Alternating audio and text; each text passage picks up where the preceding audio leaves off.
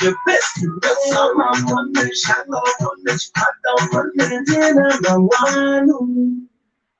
and now, the main news on Radio Jingle, brought to you by Moose Millie and Zambia Catholic University.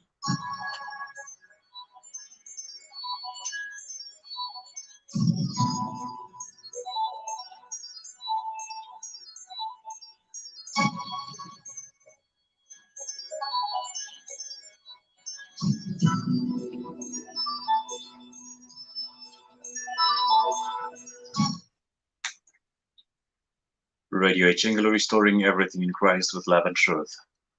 Good afternoon with the main news. I'm Kennedy Mbewe Jr.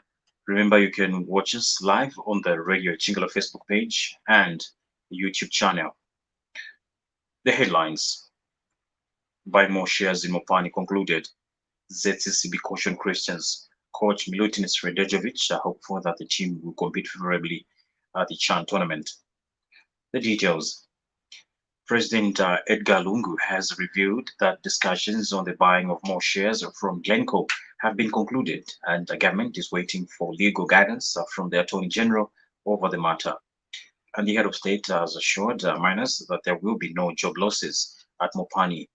Speaking when he addressed miners at Mopani Copper Mine plant today, President Lungu said no mine will be closed. President Lungu further implored miners to work harder, saying union leaders and government should also work together to protect employees' jobs. I encourage you to continue working hard to the full knowledge that this mine is closing. We will make sure that there are no job losses. And if there will be any such eventualities, we have to negotiate and discuss between management and the unions. Because this is how we believe we can run this industry successfully. By union, then no one will come, definitely one by one, say our management, one take away, no problem to what the say. No way by running the proposition, like this. Now, we proceed to Sanita. We have gone through bad times and good times together. And on the surge of COVID-19, President Lungu is asking Zambians to abide by the guidelines given to prevent the spread of the pandemic. The COVID situation is getting worse, and like you have been advised, let's keep masking up. Let's keep obeying instructions given to us and prescriptions given to us by those who know better, the health practitioners. Masks, social distance, sanitize, and ensure that we seek medical help quickly. Meanwhile, Mopani Chief Executive Officer Charles Sakanya is hopeful that the challenges faced by the mine in 2020 will not arise this year. The mine has operated as a team. We've seen a lot of cooperation, we've seen a lot of teamwork. 2020 was a very difficult year for our company, and the team has held together, and we'd like to assure you, sir, that the mine is running, and we are still running, and we are hoping for a better 2021. Mines Minister Richard Musukwa said the head of state toured the Mopani copper mine plant to appreciate the challenges and its operations. His Excellency the President guided that we will not do that. We will ensure that the mine continue to operate and that we look for resources in order to ensure that this operation is sustainable. His Excellency the President has taken time to come and interact with you and appreciate the operation and some of the challenges that we have been going through. A professor of public health and tropical medicine at the University of Zambia's School of Public Health, Professor Kumar Sridat Babu, has died. University of Zambia UNZA has confirmed the death, saying Professor Babu, 78, died last night at Levi Mwanawasa Teaching Hospital after a short illness.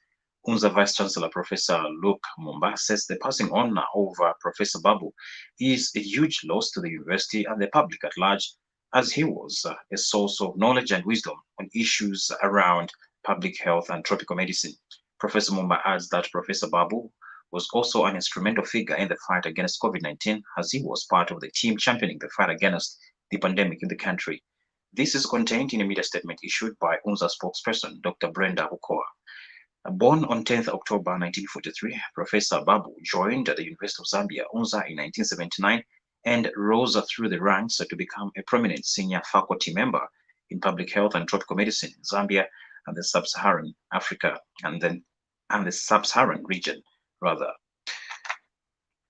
The Zambia Conference of Catholic Bishops, ZCCB, says it is the moral responsibility of everyone to ensure that the country does not plunge into the undesirable worst possible scenario following the increase in COVID-19 cases. The bishops says all citizens ought to act responsibly, always and everywhere, as brothers and sisters keepers. ZCCB has also called on the faithful to follow the guidelines set out by the Ministry of Health and the Zambia National Public Health Institute in order to protect one another.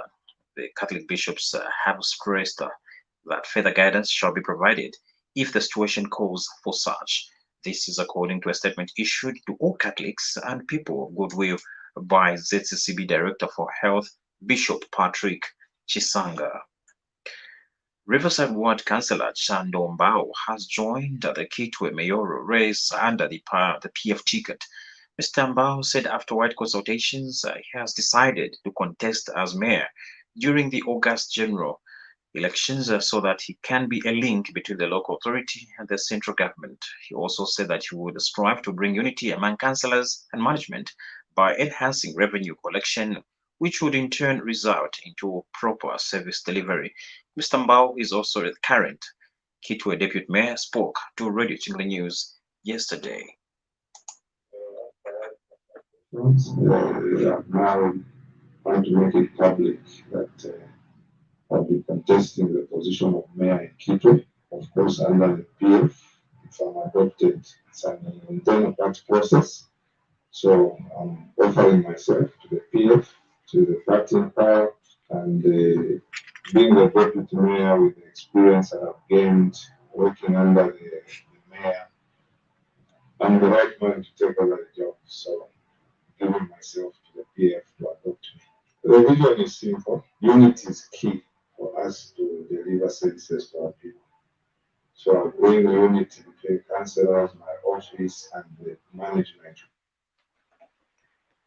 Police in Lusaka have warned and cautioned the 3 Ministry of Health personnel from Matero Level 1 Hospital and Matero Main Clinic for the offences of forgery. This is a case in which Frederick Sichone, aged 51, a clinical officer at Matero Level 1 Hospital, Nchinga Mutea, aged 31, a revenue collector at Matero Level 1 Hospital, and Aaron Kalunga, aged 45, a data clerk at Matero Main Clinic, were found in possession of 2 date stamps for Matero Level 1 Hospital for Outpatients Department (OPD) and Accounts Department (GRZ) receipts and forms of certificate of medical examinations already stamped. The suspects are alleged to have been issuing medical certificates to unsuspecting members of the public and converting money to their personal use through the use of the fake date stamps and receipts, which Matero Level 1 Hospital administration have disputed. This is according to a media statement issued by police spokesperson Esther Mwata Katongo.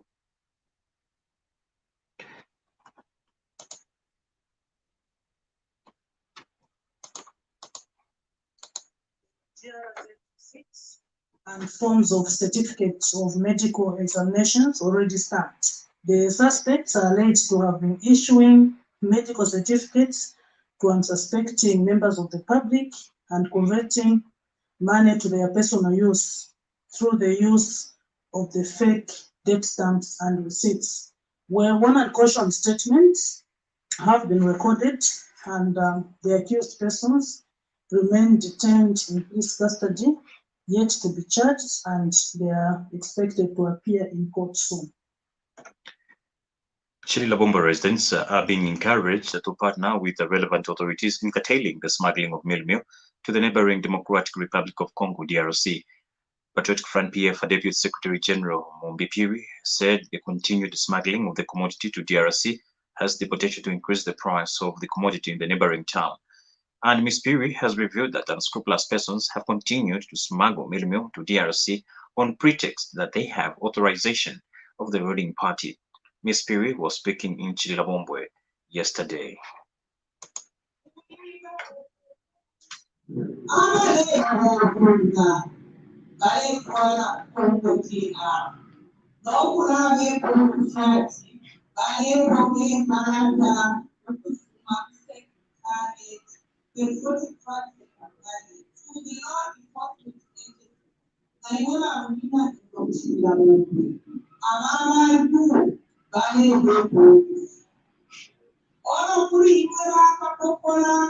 Our hardworking citizens by inflation, they get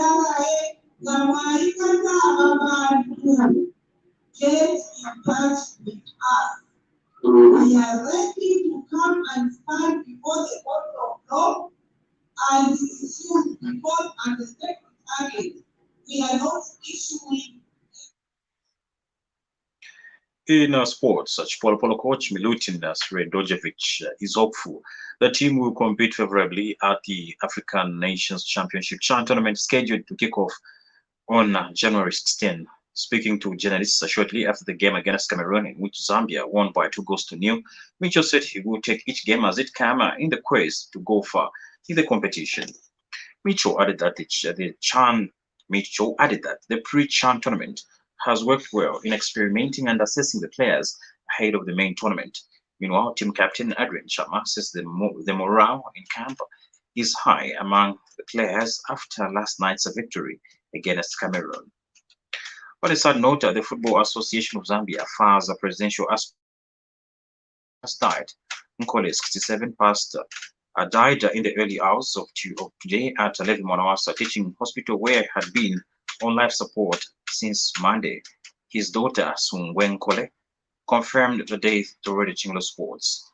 Nkole once served as president for the Referees Association of Zambia, RAS, and further served football in various capacities, including being match commissioner on the CAF roster. This news broadcast comes to you in the community service of Radio Chinglo with compliments of Moose Milling and the Zambia Catholic University. International news as monitored from the BBC. Several news outlets are reporting that Ugandan presidential candidate Robert Kyagulanyi, popularly known as Bobi Wine, has sent his wife and children abroad ahead of next week's election. He reportedly made the decision because he had been warned they were a target. The opposition politician was quoted as saying friends living outside the country had offered to host his family for their safety.